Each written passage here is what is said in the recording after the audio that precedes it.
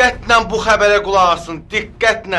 UEFA Çempionlar Liqasının 4-cü turunda Qarabağ klubunun futbolçusu UEFA Çempionlar Liqasının 4-cü turunda Chelsea qarşı oyunda zədələnən Kaydi Borges 3 aylıq sıradan çıxdı. Çempionlar Liqasında və ölkə çempionatında Qarabağa kömək edə bilməyəcək. Amma UEFA'nın yeni qaydalarına görə 6-cı tura qədər əgər hansı bir futbolçu Çempionlar Liqasının 6-cı turuna qədər hansı bir futbolçu 2 aydan plus yuxarı zədələnərsə, o futbolçunu iştirak ərizəsindən çıxartıb onun yerinə başqa bir futbolçunu o mövqeyə sala bilər. Yəni ki, Kaydi Borges sıradan çıxdı. Qarabağ klubu istəsə Kaydi Borges'i iştirak ərizəsindən çıxardar, onun yerinə Johnny Monteli sala bilər. Amma indi hoca bilmirəm, onunla istifadə eləyər yoxsa yox. Amma nə Johnny Montel mənə elə gəlir ki, hoca üzərində işləsə, ən azından Napoli'yo